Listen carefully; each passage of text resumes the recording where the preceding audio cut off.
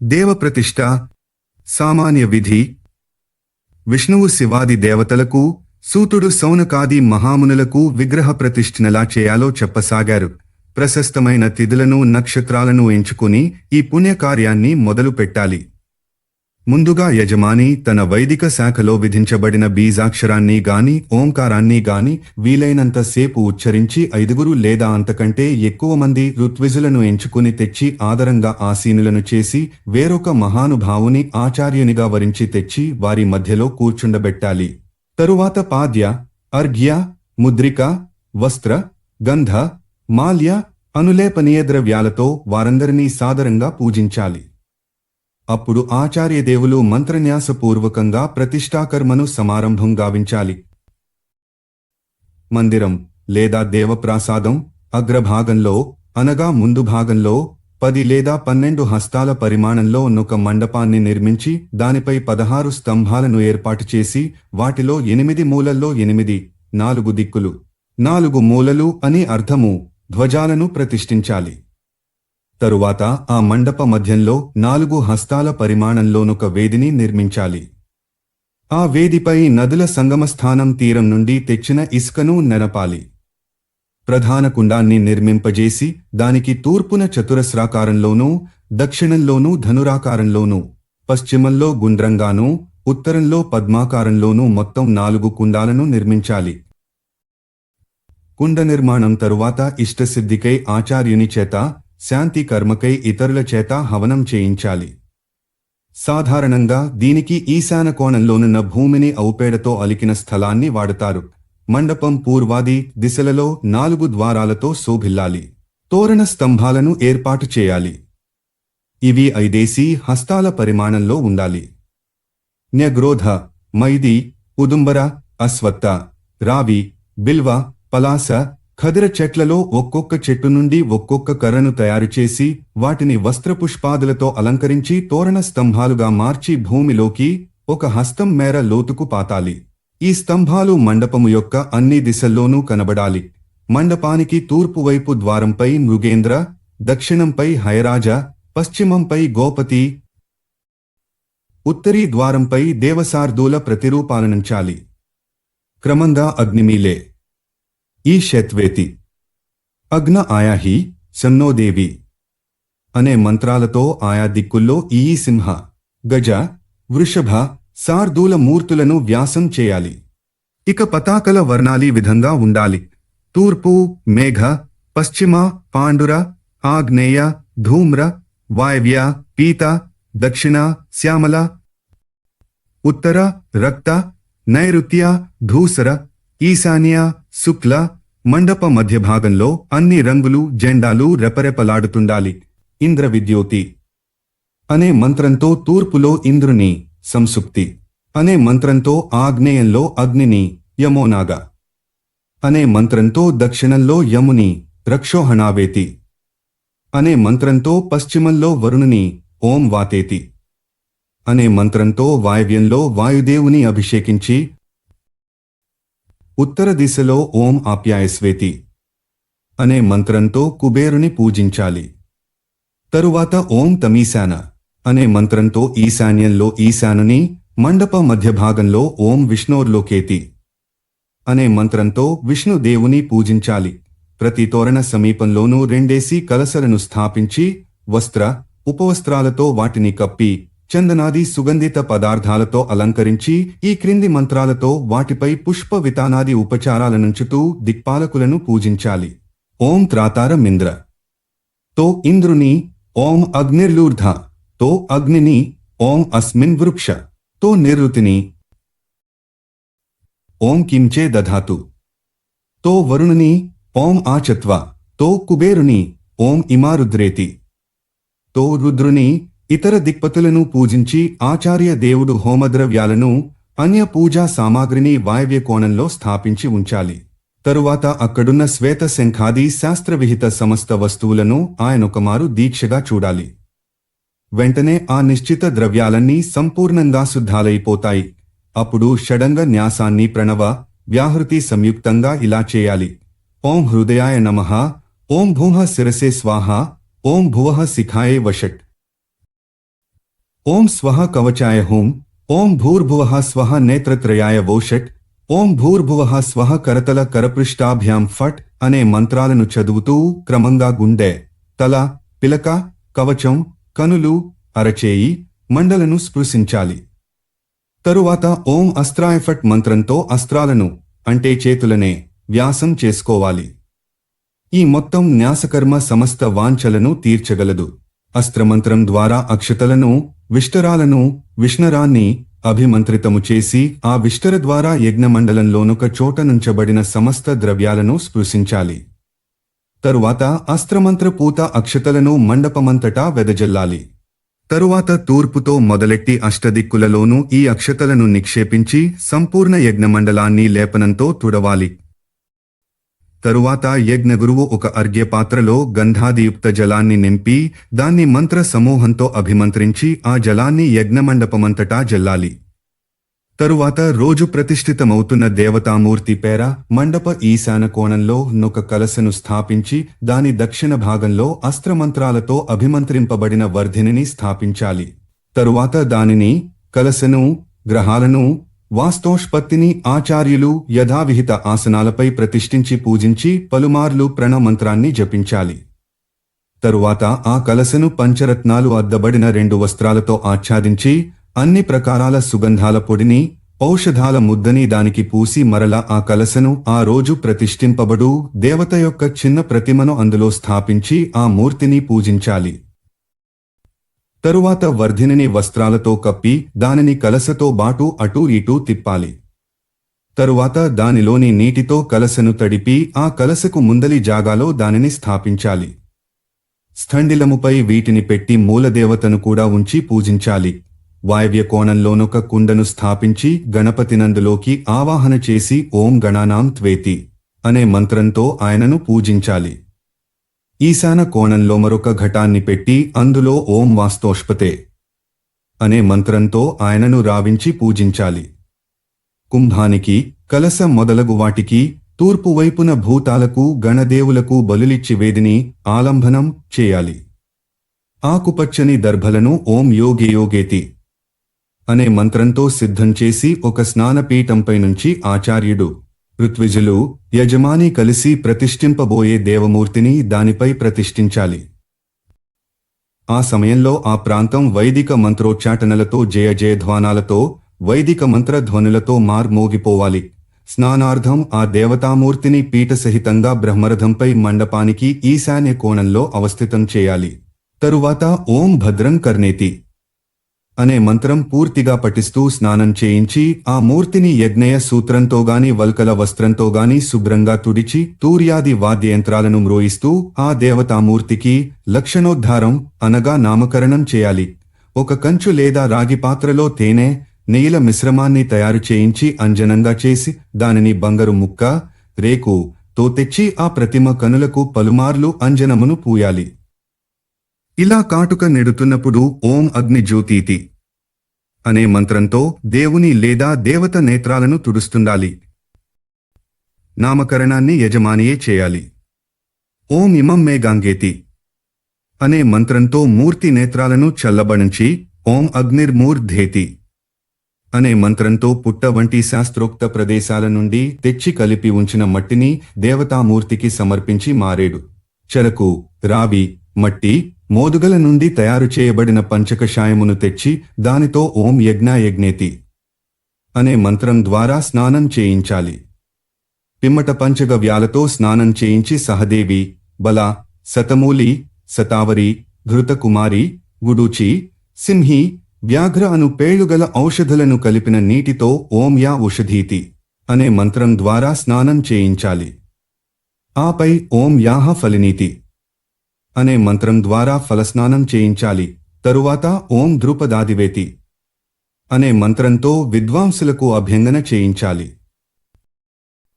ఉత్తరాది దిశలలో 4 కలశల నుంచి వాటిలో వివిధ రత్నాలను, సప్తధాన్యాలను, శతపుష్పిక, సోంపు వంటిది ఎను పేరుగల ఔషధిని నిక్షేపించాలి.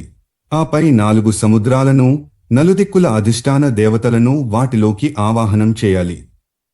4 కలశలను విడివిడిగా పాలు, పెరుగు, నీళ్లపాలు, నెయ్యిలో కాస్త జలములతో నింపి ఆ కుంభాలను క్రమంగా ఆప్యాయస్వ.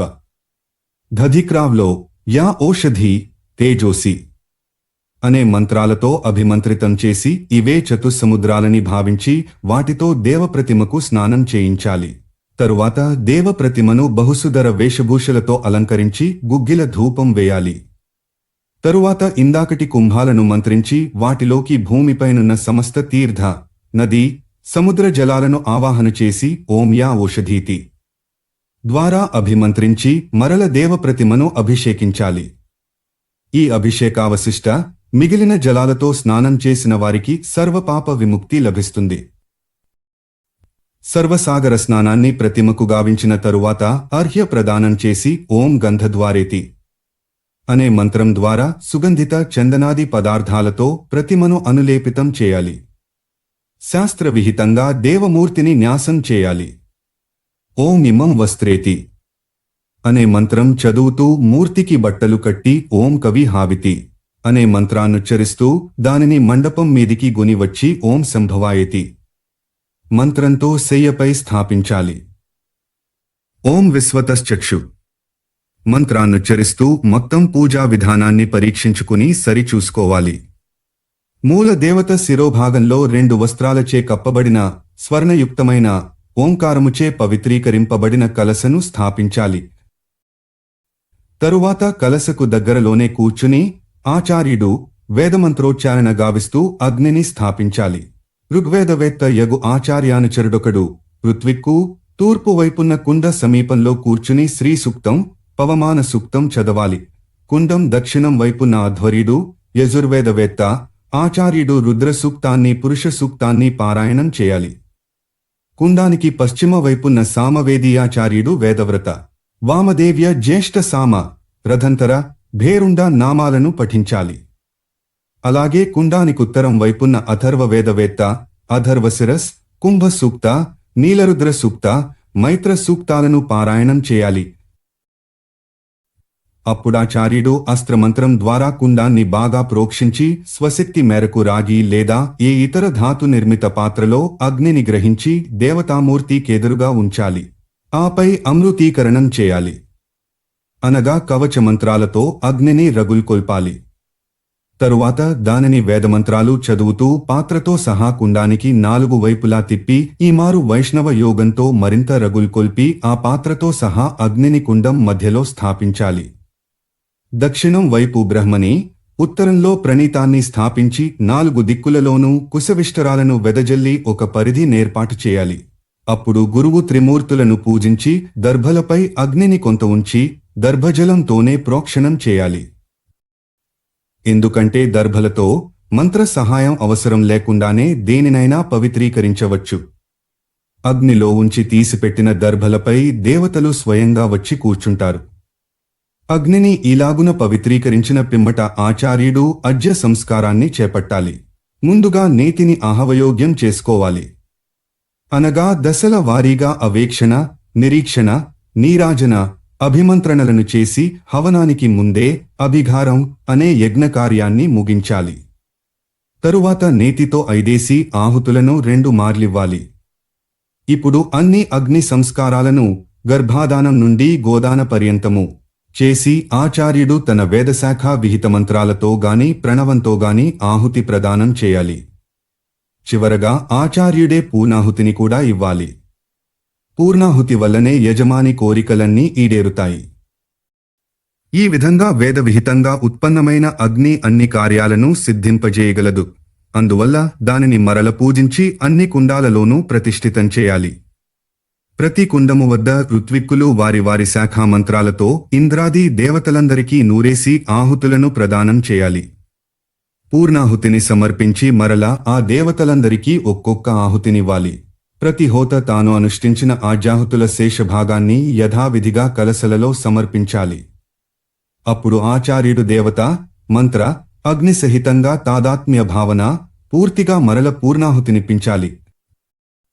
ఆచార్యుడు యజ్ఞమండలము నుండి పైకి వచ్చి సర్వదేవతలకు బలులివ్వాలి. భూతాలకు, నాగులకు కూడా బలులివ్వాలి. నిజానికి తిలలు, సమిధలు రెండింటినే విహిత హోమ పదార్థాలంటారు. నెయ్యి ఆ రెండిటికీ సహయోగం చేస్తుంది. దాని ప్రాముఖ్యానికి కారణం అది లేనిదే హవనీయ ద్రవ్యం అక్షయం, సంపూర్ణం కాలేకపోవడం. ఈ హవన కృత్యంలో పురుష సూక్తం, రుద్ర సూక్తం, జ్యేష్ఠ సామం, తన్నయామి మంత్రయుక్త భరుండ సూక్తం, మహామంత్ర రూపంగా ప్రసిద్ధమైన నీలరుద్ర సూక్తం, అథర్వకుంభ సూక్తం యథాక్రమంగా తూర్పు, దక్షిణ, పశ్చిమ, ఉత్తర, తూర్పు, దక్షిణ దిక్కులలో ఆసీనులైన ఋత్విజుల చేత పారాయణం చేయబడాలి. ఈ హవన కర్మలో ఒక్కొక్కదానికి సహస్రాహుతులనివ్వాలి. ఈ ఆహుతులలో వేదమంత్రాలు, దేవతా మంత్రాలు, వేదశాఖల మంత్రాలు, గాయత్రీ మంత్రం అన్ని వ్యాహృతులతో ప్రణవ సహితంగా ఘోషింపబడాలి. ఆయా దేవతల యొక్క శిరో, మధ్య, పాదభాగాలకు ఈ ఆహుతులు చేరుతున్నట్టు కనిపిస్తున్నట్టే భావించుకుని మిక్కిలి ఉత్సాహంతో ఈ కర్మను గావించాలి. చివరగా హోత తానే దేవుడననుకోవాలి. ఆచార్యుడి క్రింది మంత్రాలతో దేవ విగ్రహన్యాసాన్ని చేయాలి. ఓం అగ్నిమీలే దే ఇరు పాదాలు, ఓం ఇషేత్వేతి చీలమండలు, ఓం అగ్నయాహి జంధలు, ఓం సన్నో దేవి మోకాళ్ళు, ఓం బృహద్రథంతర తొడలు, ఓం దీర్ఘాయుష్టాయ హృదయం, ఓం శ్రీశ్చతే కంఠము, ఓం త్రాతారమింద్ర వక్షస్థలం, ఓం త్ర్యంబక కన్నులు, ఓం మూర్ఖభవ మస్తకం. ఆ మంత్రాలను పూర్తిగా చదువుతున్నంత సేపు భగవానుని ఈ అంగాలను న్యాసం చేయాలని అర్థము. ఇక లగ్న ముహూర్తంలో హవనం చేయాలి. తరువాత ఓం ఉత్తిష్ట బ్రహ్మణస్పతే అనే మంత్రం చదువుతూ విగ్రహాన్ని లేపి మంత్రవేత్తయైన ఆచార్యుడు దేవస్యత్వ అనే మంత్రాన్ని పఠిస్తూ దేవతామూర్తిని పట్టుకుని వేదోక్త పుణ్యాహవాచనాలను ఘోషిస్తూ దేవప్రాసాదానికి అంటే కోవెల చుట్టూ ప్రదక్షిణ చేయాలి. అప్పుడు వివిధ రత్న, వివిధ ధాతు, తాలోహద్రవ్య యథావిధానంగా అనేక ప్రకారాల సిద్ధబీజములతో దిక్పాలురకు అనేక ఇతర దేవతలకు ఈ సామగ్రిని చేతబట్టుకుని ప్రదక్షిణ చేయాలి. అంతటా దేవ విగ్రహాన్ని యథాస్థానంలో ప్రతిష్ఠించాలి. విగ్రహాన్ని ఎప్పుడూ కూడా గర్భగుడి మధ్యలో అనగా గర్భంలోనే పూర్తిగా ప్రతిష్ఠించకూడదు. అలాగని గర్భానికి దూరంగానూ కారాదు. నువ్వు గింజంత ముగ్గు ఉత్తరం వైపుండాలి. ఓం స్థిరోభవ శివోభవ ప్రజాభ్యశ్చనమో నమః దేవస్యత్వా సవితున్హ మున్నగు మంత్రాలతో ఆచార్యుడు యథావిధిగా విన్యాసాలను అభిమంత్రణాన్ని చేయాలి. శాస్త్ర ప్రకారం సంపాత కలశనేర్పాటు చేసి దాని నుండి పడే జలాలతోనే దేవ ప్రతిమకు నిత్య స్నానం చేయించాలి. ప్రతిష్ఠ జరిగిన వెంటనే స్నానం చేయించి ధూపదీపాలతో పరిమళ భరిత సుగంధిత ద్రవ్యాలతో ఆ విగ్రహాన్ని పూజించి అర్ఘ్య ప్రదానం చేసి ప్రణామం చేసి నైవేద్యాన్ని పెట్టి క్షమాపణ కోరుకోవాలి. యజమానుడప్పుడు తన శక్తి మేరకు ఋత్విజులందరికీ పాత్రలను, వస్త్రాలను, ఉపవస్త్రాలను, గొడుగులను, విలువైన అందమైన ఉంగరాలను, దక్షిణలను ఇచ్చి సంతుష్టపరచాలి. తరువాత సావధానంగా చతుర్థి హోమాన్ని చేయాలి. 100 ఆహుతులనిచ్చి ఆపై పూర్ణాహుతిని కూడా సమర్పించాలి. అంతటా ఆచార్యుడు మండపం నుండి వెలుపలికి వచ్చి దిక్పాలకులకు బలులిచ్చి పుష్పాలను చేత ధరించి క్షమస్వ అని దేవతలకు విన్నవించుకుంటూ దీక్షా విసర్జన చేయాలి. ఈ విధంగా యజ్ఞం పూర్తి కాగానే ఆచార్యునికి కపిలధేనువు, ముకుటం, కుండలం, ఛత్రం, కేయూరం, కటిసూత్రం, వ్యజనం, పంఖ, వస్త్రాది వస్తువులు, గ్రామం, అలంకృత భవనం వీటన్నిటినీ దానం చేయాలి. ఆనాడు అక్కడున్న వారందరికీ మంచి భోజనాలు పెట్టాలి. ఇలా చేసిన యజమాని కృతార్థుడవుతాడు. వాస్తుదేవుని ప్రసన్నత వల్ల ఆయనకు ముక్తి కూడా ప్రాప్తిస్తుంది. అధ్యాయం 48. వర్ణాశ్రమ ధర్మాలు. వర్ణమంటే కులం కాదు. నాడు పురాణ కాలంలో సమాజాన్ని నడిపించిన వర్ణానికి నేడు కలికాలంలో రాజకీయాలను శాసిస్తున్న కులానికి పోలిక లేదు. ఎవరైనా పేర్లను బట్టి భ్రమపడినా అది హస్తిమశకాంతరమే. వర్ణమనగా వృత్తి అంతే. అనువాదకుడు వృత్తులను బట్టి ఆర్యావర్తంలో బ్రాహ్మణ, క్షత్రియ, వైశ్య, శూద్ర వర్ణాలేర్పడినాయి. సృష్టి స్థితి లయకారకులైన దేవతల భక్తి విషయంలో భేదాలు లేవు. ఎవరి పూజలు వారు చేసుకోవచ్చు. హరి అన్ని వర్ణాలకి హరియే ధర్మాలు వేరు. యజన, యాజన, దాన, ప్రతిగ్రహ, అధ్యయన, అధ్యాపన ఈ 6 కర్మలు బ్రాహ్మణ ధర్మాలు. దానము, అధ్యయనము, యజ్ఞము ఇవి క్షత్రియులకు వైశ్యులకు కూడా సమాన ధర్మాలు, సాధారణ కర్తవ్యాలు. ఇవి కాక పరిపాలన, దండన క్షత్రియులకు, వ్యవసాయం అంటే పొలాల సేద్యం మాత్రమే కాదు, వ్యాపారం కూడా వైశ్యులకు విద్యుక్త ధర్మాలు. పై 3 వర్ణాల వారిని సేవించుట శూద్రుల ధర్మము. శిల్పరచన, పాకయజ్ఞ సంస్థల నిర్వహణ కూడా శూద్రులు చేయాల్సిన పనులే. ఇవి వర్ణధర్మాలు. ఈ సేవించుట అనే మాటనే పట్టుకుని పెడర్థాలు తీసి అపార్థాలు సృష్టించి వర్ణం అనే మాటను అర్థంతో సహా మరుగున పడేసి కులం అనే మాటను సృష్టించి అనర్థం చేశారు పాశ్చాత్యులు. ఆ విధంగా వారు హిందూ సంఘాన్ని విభజించి పాలిస్తే వారి మానసపుత్రులైన కొందరు భారతీయ మేధావులు ఈ కులతత్వాన్ని మరింత ముందుకి సాగదీసుకునిపోయి ముందుబడిపోయిన వారని, వెనుకబడిపోయిన వారని 2 జాతులను సృష్టించి వారు కలవకుండా జాగ్రత్త పడుతూ రాజకీయ లాభాన్ని పొందుతున్నారు. భారతీయ సమాజంలో ఆదియుగంలో కులాలు లేవు. శూద్రులు ఇతర వర్ణాలను సేవించాలి అంటే నౌకరీ చాకిరీ వారికి చేస్తూ బతకాలని కాదు, వివిధ కర్మల్లో సాయపడాలని మాత్రమే. శూద్రులు తపస్సు చేసి వేదం చదివి బ్రాహ్మణులగుట, బ్రాహ్మణుల చేతనే పూజలందుట పురాణాల్లో కనిపిస్తుంది.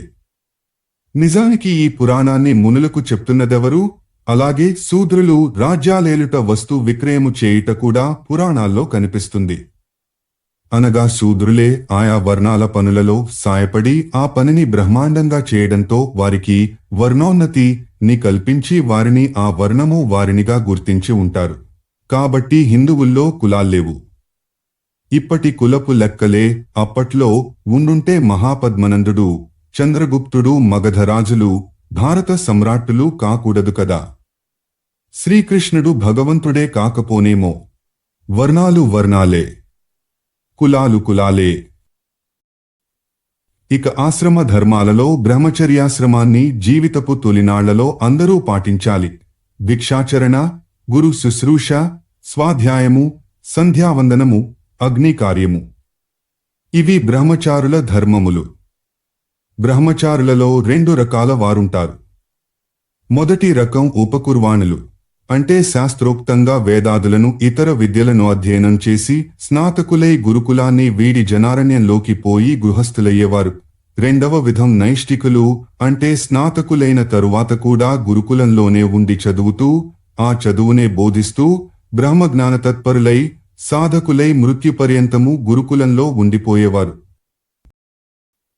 అగ్నికార్యము, అతిథి సేవ, యజ్ఞ, దాన, దేవతార్చనలు ఇవి గృహస్థుల సంక్షిప్త ధర్మాలు. గృహస్థులలో సాధకులని, ఉదాసీనులని 2 ప్రకారాల వారుంటారు. తన పరివారం యొక్క భరణ పోషణలలోనే మగ్నుడై ఉండేవాడు సాధకుడు. పితృ, దేవ, ఋషి రుణాలను తీర్చుకుని ఏకాకిగా ధర్మాచరణ చేస్తూ గృహస్థుగా జీవించేవాడు ఉదాసీన గృహస్థు. వీనిని మోక్షికుడంటారు. ఇక వానప్రస్థం. బాధ్యతలన్నీ తీరిన వారి స్థాయి ఇది. ఈ దశలో భూసేనం, ఫల, మూల ఆహారం, వేదాధ్యయనం, తపస్సు, తన సంపత్తిని తన వారికి యథోచితంగా పంచి ఇచ్చుట ధర్మాలు. అరణ్యంలో తపస్సు చేసుకుంటూ దేవార్చన, ఆహుతి ప్రదానం గావిస్తూ స్వాధ్యాయాన్ని ఇష్టంగా చేస్తూ ఉండే వానప్రస్థి తాపసోత్తమునిగా పరిగణింపబడతాడు. తపస్సు ద్వారా శరీరాన్ని శుష్కింపజేసి నిరంతరం భగవతాధ్యానంలో ఉండే వానప్రస్థి చివరి కాలంలో సన్యాసిగా గౌరవింపబడతాడు. వానప్రస్థి సన్యాసిగా మారి తనువు చాలిస్తాడు. సన్యాసాశ్రమం వేరు. భిక్షుక వృత్తి ద్వారానే జీవిస్తూ నిత్యం యోగాభ్యాసానురక్తుడై బ్రహ్మప్రాప్తి కోసమే ప్రయాసపడుతూ జితేంద్రియుడై జీవించువానని పారమేష్టిక సన్యాసి అంటారు. ఎల్లప్పుడూ ఆత్మతత్వానుసంధానం పైననే ప్రేమను చూపిస్తూ నిత్యతృప్తులై సంయమ నియమాలతో జీవిస్తూ మహామునులుగా, యోగులుగా ప్రతిష్ఠితులైన సన్యాసులను భిక్షు శబ్దంతో గౌరవిస్తారు. పరమేష్టి అనగా బ్రహ్మ. భిక్షాచరణము, వేదాధ్యయనం, మౌనావలంబనము, తపము, ధ్యానము, సమ్యక్ జ్ఞానము, వైరాగ్యము ఇవి సన్యాసాశ్రమి యొక్క సామాన్య ధర్మాలు. జ్ఞాన సన్యాసులని, వేద సన్యాసులని, కర్మ సన్యాసులని, పారమేష్టిక సన్యాసులు 3 విధాలు. అలాగే యోగులలో కూడా ప్రారంభి, భౌతిక, అంత్యాశ్రమి స్థాయిలున్నాయి. వీరందరికీ ఆరాధ్యము, ఆశ్రయము ఒకటే. యోగమూర్తి స్వరూపుడైన పరమాత్మ మానవులకు ధర్మం ద్వారానే మోక్షం ప్రాప్తిస్తుంది. అర్థం వల్ల కామమనే పురుషార్థం సిద్ధిస్తుంది.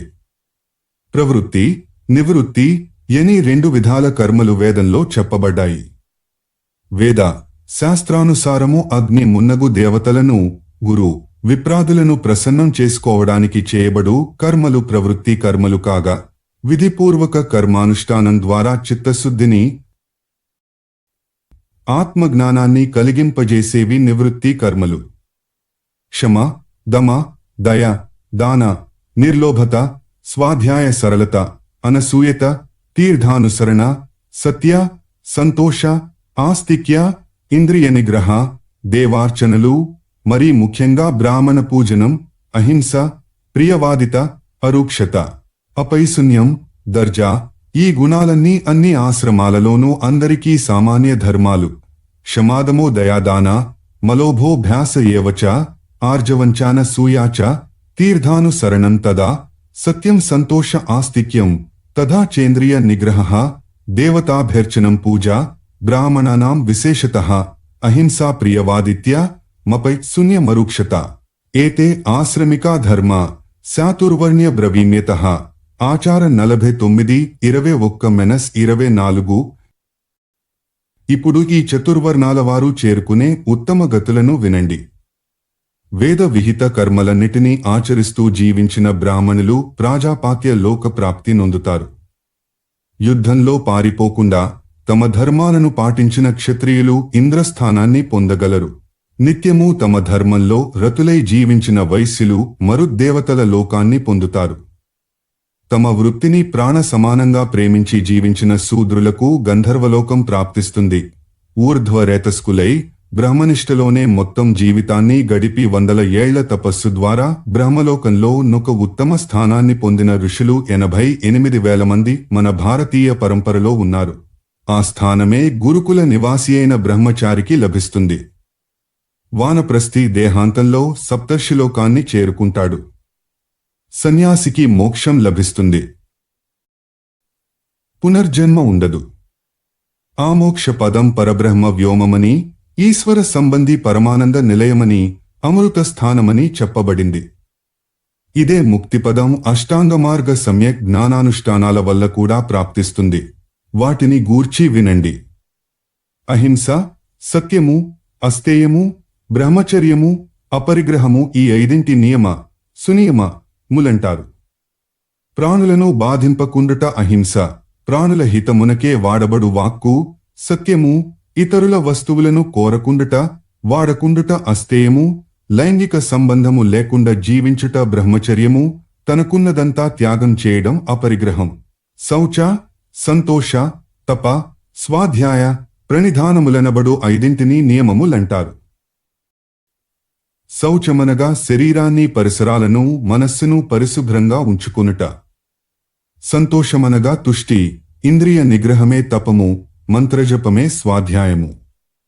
భగవత్ పూజ నాదికములు ప్రణిధానము. పద్మాది ఆసనములను భక్తితో వేసి జపము చేయుట ఆసన సాధనము. వాయువును నిరోధించి క్రమబద్ధీకరించడం ప్రాణాయామం.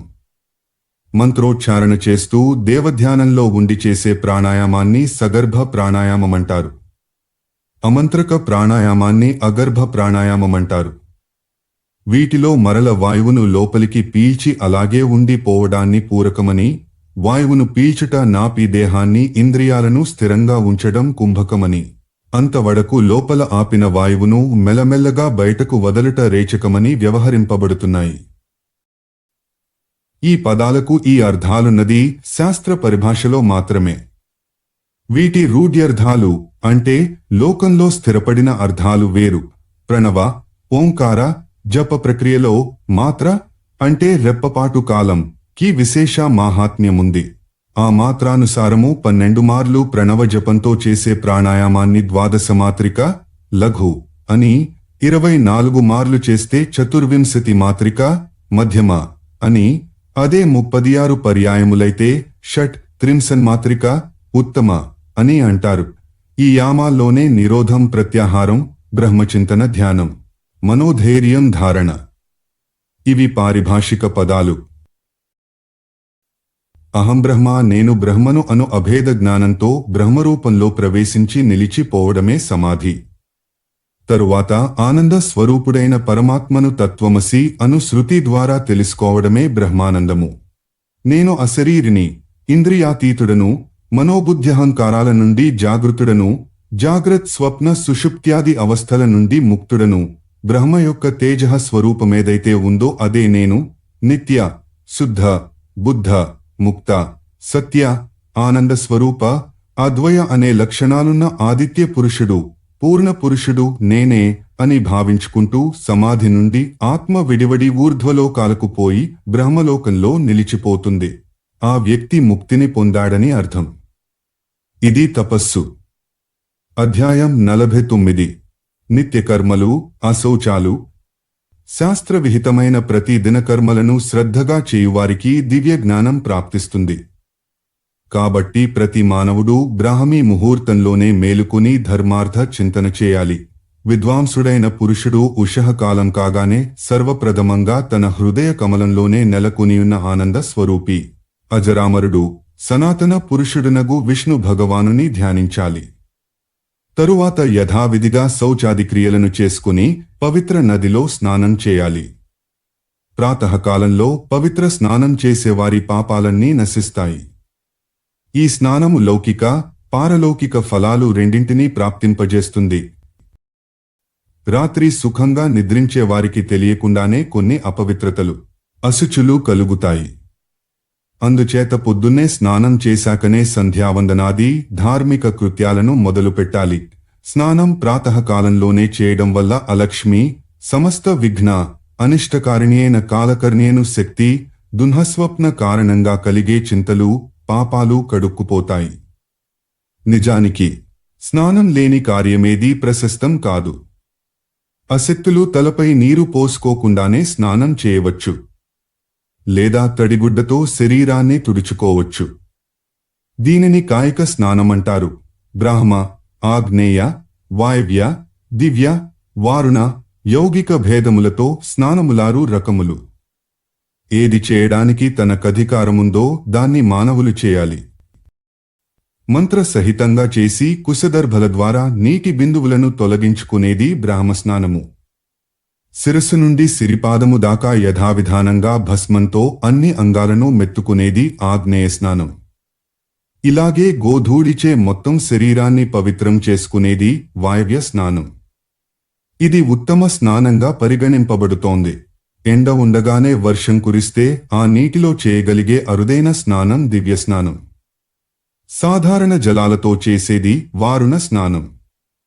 యోగం ద్వారా హరి యొక్క చింతనం చేయడం యౌగిక స్నానం.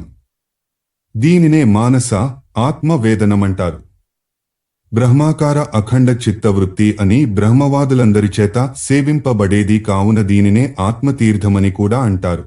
తీర్థమంటే స్నానమని అర్థముంది. స్నానానికి పూర్వం పాలుగారే చెట్టు నుండి గాని, మాలతి, ఉత్తరేను, మారేడు, గన్నేరు కర్ర నుండి గాని తీసిన పలుదోముపులతో ఉత్తరం వైపుగాని తూర్పు వైపుగాని తిరిగి పవిత్ర స్థలంలో కూర్చుని పళ్ళు తోముకోవాలి. ఆ తరువాత ఆ పుల్లను శుభ్రంగా కడిగి పవిత్ర స్థానంలో పారవేయాలి. తరువాత స్నానం చేసి దేవతలకు, ఋషులకు, పితృగణాలకు విద్యుక్తంగా తర్పణాలివ్వాలి. శాస్త్ర ప్రకారం స్నానానికి కూడా సంధ్యోపాసనకులాగే అంగభూత ఆచమనం చేయాలి. సంధ్యోపాసనలో అంగరూపంలోనే కుశోదక బిందువులతో ఆపోహిష్ట, మున్నగు వారుణ మంత్రాలను, సావిత్రి మంత్రాన్ని జపిస్తూ ఒళ్ళు తుడుచుకోవాలి. ఇదే క్రమంలో ఓంకారాన్ని భూన్హభువఃస్వః అనేడి వ్యాహృతులను జోడించి గాయత్రిని జపించి సూర్యభగవానునికి అర్ఘ్యమివ్వాలి. సంధ్య వాచని ద్విజుడు అపవిత్రుడి క్రిందే లెక్క.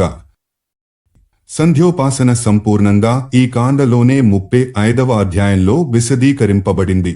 ప్రాన్ముఖం సతతం విప్రః సంధ్యోపాసన మాచరేత్, సంధ్యాహీనో శుచిర్నిత్య మనర్హః సర్వకర్మసు యదన్యత్కురుతేకించి నతస్య ఫలభాగ్భవేత్.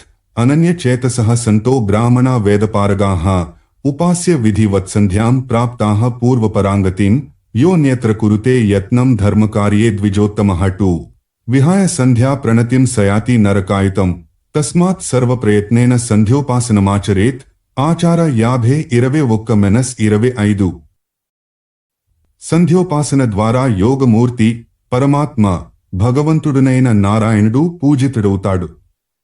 కాబట్టి ద్విజుడు పవిత్రుడై తూర్పు వైపు తిరిగి కూర్చుని నిత్య సమేత భావంతో 10 లేదా 100 లేదా 1000 మార్లు వీలును బట్టి గాయత్రి మంత్ర జపాన్ని చేయాలి. తప్పనిసరిగా రోజూ 1000 మార్లు గాయత్రి మంత్రజపాన్ని చేయడం సర్వోత్కృష్టమైన దైవకార్యంగా సర్వ వైదిక వామయంలోనూ ప్రశంసింపబడుతోంది. గాయత్రి లేక ద్విజుడు లేడు. ఏకాగ్రచిత్తంతో ఉదయమే భాస్కర భగవానుని ధ్యానించాలి. ఋగ్యజుస్సామ వేదాలలో కనిపించు వివిధ సౌర మంత్రాల ద్వారా ఆయనను ధ్యానించి తలను నేలపై ఆనించి ఈ క్రింది మంత్రాలతో నమస్కరించాలి. ఓం ఖగోల్కాయ శాంతాయ కారణత్రయ హేతవే నివేదయామి చాత్మానం నమస్తే జ్ఞానరూపిణే త్వమేవ బ్రహ్మ పరమమాపో జ్యోతిరస్నోమృతం భూర్భువః స్వస్త్వమోంకారః సర్వోరుద్రః సనాతనః. ఈ ఉత్తమ శ్లోకాన్ని ఆదిత్య హృదయాన్ని త్రిసంధ్యలలోనూ చదివాకనే ఇంటికి రావాలి. ఇంటికి వచ్చాక మరల శాస్త్రోక్తంగా ఆచమనం చేయాలి. తరువాత అగ్నిని ప్రజ్వలింపజేసి విధివత్తుగా అగ్నిదేవునికి ఆహుతులను ప్రదానం చేయాలి. ఇంటి యజమాని అశక్తుడైనప్పుడు అతని ఆజ్ఞ మేరకు పుత్రపత్ని, శిష్య, సహోదరులలో నెవరో ఒకరు ఈ ఆహుతులనివ్వాలి. మంత్రం లేకుండా ఈ కర్మలకు ఫలం ఎక్కడా దక్కదు. అలాగే పద్ధతి లేకుండా చేసినా దక్కదు. తరువాత దేవతలకు నమస్కరించి అర్ఘ్య, పాద్య, చందన, సుగంధ ద్రవ్యానులేపన, వస్త్ర, నైవేద్యాది ఉపచారాలతో పూజించి తన గురువుగారిని కూడా పూజించాలి. తరువాత తన శక్తి సమయాల మేరకు కొంతసేపు వేదాధ్యయనం, వేదాభ్యాసం, ఇష్టమంత్రజపం చేసి అప్పుడు శిష్యులకు చదువు చెప్పాలి. ఈ చదువులో భాగములే వేదార్థ ధారణ కలిగించుట, వేదార్థ విచారమును చేయించుట. ధర్మశాస్త్రాదులను ముందు చదివించి తరువాత చర్చలను చేపట్టుట, ఉపనిషత్ వ్యాకరణాది వేదాంగాలలో తాను ముందుగా నిష్ణాతుడై శిష్యుల చేత అధ్యయనం చేయించుట మున్నగునవి. ఇది ఒక సద్బ్రాహ్మణుని ద్వారా సమాజం ఆశించే వరదానం. తరువాత అవసరం మేరకు రాజు వద్దకు గాని శ్రీమంతుల గృహాలకు గాని పోయి వారి చేత దైవ ఇతర కార్యాలను చేయించి ధనార్జన చేయాలి. మధ్యాహ్న కాలంలో మరల స్నానం చేయాలి. ముందుగానే శుద్ధి చేయబడిన మట్టిని, పూలను, అక్షతలను, తిలలను, కుశలను, ఆవు పేడను ఒకచోట పెట్టి సిద్ధం చేసుకోవాలి. నది, చెలువు, తటాకము, సరోవరము వంటి చోటికి పోయి స్నానం చేయాలి. ఇందాక సిద్ధం చేసిన మట్టితో తలను, శరీరాన్ని తోముకుని స్నానం చేయాలి. ఆవు పేడను కూడా ఇలాగే వినియోగించాలి. 5 ముద్దలను ఉసిరికాయలంతేసి తయారు చేసుకోవాలని, ఈ పంచమృత్తికా పిండాలు లేకుండా స్నానానికి బయలుదేరడమే దోషమని శాస్త్రం చెప్పింది. జలాశయం తీరంలోనే మృత్తికా గోమయాదులను వంటికి పూసుకుని వరుణదేవతకు సంబంధించిన మంత్రాలతో జలాశయంలోని నీటిని అభిమంత్రించి మరల సంపూర్ణ స్నానం చేయాలి. జలంపై భక్తి గౌరవాలను కలిగి ఉండాలి. ఎందుకంటే అది విష్ణు స్వరూపం. ప్రణవస్వరూపుడైన సూర్యుని దర్శిస్తూ 3 మార్లు జలంలో మునకలు వేయడంతో స్నానం సంపూర్ణమవుతుంది. తదనంతరం ఆచమనం చేసి మిగతా మంత్రాలను చదవాలి. ముందుగా ఆచమనం చేస్తూ ఈ మంత్రాన్ని చదవాలి. అంతశ్చరసి భూతేషు గుహాయాం విశ్వతోముఖః త్వం యజ్ఞస్త్వం వషట్కార ఆపో జ్యోతి రసోమృతం ఆచార 50:45-46 ద్రుపదాదివ అనే మంత్రాన్ని పూర్తిగా 3 మార్లు జపించి ప్రణవ వ్యాహృతులతో సావిత్రి మంత్రాన్ని 3 మార్లు ఉచ్చరించాలి. విద్వాంసులు అఘమర్షణ మంత్రాలను కూడా చదవాలి. అనంతరం ఓం ఆపోహిష్టా మయోభువః ఇదమాపహ ప్రవహత అనే మంత్రాలను వ్యాహృతులను పఠిస్తూ శరీరాన్ని తుడుచుకోవాలి. మరల ఆపోహిష్ట ఇత్యాది మంత్రాలను అఘమర్షణ మంత్రాలను 3 మార్లు జపించడం ద్వారా అఘమర్షణ విధిని పూర్తి చేయాలి. పిమ్మట ద్రుపదాదివ లేదా గాయత్రి లేదా తద్విష్ణోః పరమం పదం మున్నగు మంత్రాలను చదవాలి. ఓంకారాన్ని పలుమార్లుచ్చరిస్తూ శ్రీహరిని స్మరించాలి. అగమర్షణ మంత్రాలను చదువుతున్నప్పుడు దోసిట్లో నీటి నుంచుకుని చివర్లో దానిని తలపై జల్లుకొంటే పాతకాలన్నీ పారిపోతాయి. సంధ్యోపాసన ముగియగానే ఆచమనం చేసి పరమేశ్వరుని స్తుతించాలి. పుష్పాంజలిని తలపై పెట్టుకుని సూర్యభగవానుని తలచుకుంటూ మంత్రం చదివి నీటిలో వదిలివేయాలి. ఉదయిస్తున్న సూర్యుని చూడరాదు. విశేష ముద్ర ద్వారానే ఆయనను దర్శించాలి. ఓం ఉదుత్యం చిత్రం తశ్చక్షు ఓం హం సహ శుచిషత్ అనే మంత్రాలను, సావిత్రి మంత్రాన్ని, సూర్య సంబంధి వైదిక మంత్రాలను సూర్యునుద్దేశించి చదవాలి. తరువాత పూర్వాగ్రకు శాసనంపై కూర్చుని సూర్యుని దర్శిస్తూ స్ఫటిక, రుద్రాక్ష లేదా పుత్ర జీవ రుండమాలను తిప్పుతూ విధిహితంగా మంత్రం జపించాలి. శక్తిగలవారు తడిబట్టలతో జలాశయ మధ్యంలో మొల లోతున నిలబడి ఈ మంత్ర జపాలన్నీ చేసుకోవాలి. లేనివారు పొడిబట్టలు కట్టుకుని పవిత్ర స్థలంలో కుశాసనంపై కూర్చుని చేసుకోవచ్చు. జపానంతరం ప్రదక్షిణ చేసి భూమిపై సాష్టాంగపడి సూర్యునికి నమస్కరించి లేచి ఆచమనం చేసి తన శాఖానుసారము స్వాధ్యాయం చేసుకోవాలి. తరువాత దేవతలకు, ఋషులకు, పితరులకు తర్పణలివ్వాలి. మంత్ర ప్రారంభంలో ఓంకారాన్ని, చివర్లో నమఃను ప్రయోగిస్తూ ప్రత్యేక దేవ, ఋషి, పితృగణాలకు తర్పణలిస్తున్నాను అని శబ్దిస్తూ ఇవ్వాలి. క్రమంగా జంధ్యాన్ని ఉపవీతి, నివీతి, ప్రాచీనవీతి దశలలోకి మార్చుకోవడం మరచిపోరాదు. క్రోధాదులను మనసులోకి రానియకుండా పుష్పాలను పట్టుకుని పురుష సూక్తాన్ని చదివి వాటిని భగవంతునికి సమర్పించాలి. సమస్త దేవతలు జలంలో వ్యాపించి ఉంటారు. కాబట్టి జలం ద్వారా వారందరూ పూజింపబడతారు. ఈ పూజను చేసేవానికి అనగా పూజకునికి సమాహిత చిత్తము అత్యంతావశ్యకము. దేవతలందరినీ తలచుకుని ఒక్కొక్కరికి వేరువేరుగా పుష్పాంజలులను సమర్పించడం ప్రశస్తమైన పూజావిధి. మునులారా, దేవతారాధన లేకుండా ఏ వైదిక కర్మయు పుణ్యప్రదం కానేరదు. కాబట్టి సమస్త కార్యాల ఆదిమధ్యాంతాలలో హృదయంలో హరిని ధ్యానించుకోవాలి. ఇక్కడ భారతీయులారా, మానవులారా అని పెట్టుకోవాలి. ఎందుకంటే విష్ణువు, బ్రహ్మ, సూతమహర్షి బోధించినది శివాది దేవతలకు, వ్యాసునికి, సౌనకాది మహామునులకు కాదు. వారి ద్వారా మనకి ఓం తద్విష్ణోరితి అనే మంత్రాన్ని, పురుష సూక్తాన్ని మనసులో అనుకుంటూనే ఉండాలి. శరణాగతి చేస్తూనే ఉండాలి. విష్ణువు పట్ల అనురక్చిత్తుడు, శాంత స్వభావుడునైన భక్తుడు తద్విష్ణో అప్రేతే ససిరాహ అనే మంత్రాలతో పూలనభిమంత్రించి విష్ణువుకి సమర్పించాలి. పంచయజ్ఞాలను ఆ దేవదేవుని కంకితంగా నిర్వర్తించాలి. వైశ్యదేవమే దేవయజ్ఞం. కాకి మున్నగు ప్రాణులకు బలులిచ్చేది భూతయజ్ఞం. బిచ్చగాళ్లకు ఇంటి వెలుపల అన్నం పెట్టాలి. పితృదేవతలు ప్రీతి చెందాలంటే వారినుద్దేశించి ప్రతిరోజూ ఒక బ్రాహ్మణునికి భోజనం పెట్టాలి. పితరులకు నిత్యం చేసే శ్రాద్ధకర్మనే పితృయజ్ఞమంటారు. ఇది ఉత్తమ గతులను ప్రాప్తింపజేస్తుంది. తరువాత బంధువులతో కలిసి మౌనంగా భోంచేయాలి. ఎట్టి పరిస్థితుల్లోనూ అన్నాన్ని నిందించరాదు. మునులారా, ఈ పంచయజ్ఞాలు చేయకుండా అన్నం తినేసే మూఢాత్ముడు వచ్చే జన్మలో పక్షి కడుపున పుడతాడు. ప్రతిదినము యథాశక్తి వేదాభ్యాసము, పంచయజ్ఞాలు చేసేవారి పాపాలన్నీ శీఘ్రమే పటాపంచలైపోతాయి. మోహం వల్లగాని బద్ధకం చేతగాని దేవతార్చన చేయకుండానే అన్నం తినేసేవాడు కష్టదాయకమైన నరకంలో పడి ఆ తరువాత పంది కడుపున పుడతాడు. ఇక అశౌచమనగా అపవిత్రము. అపవిత్రము నిత్య పాపవర్ధకము. అపవిత్ర వ్యక్తుల సంసర్గం అశౌచాన్ని తెస్తుంది. వారిని త్యజిస్తే మానవుడు పవిత్రుడవుతాడు.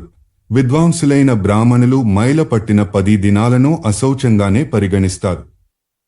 ఇవి జనన, మృత్యువుల కారణంగా ఏర్పడతాయి.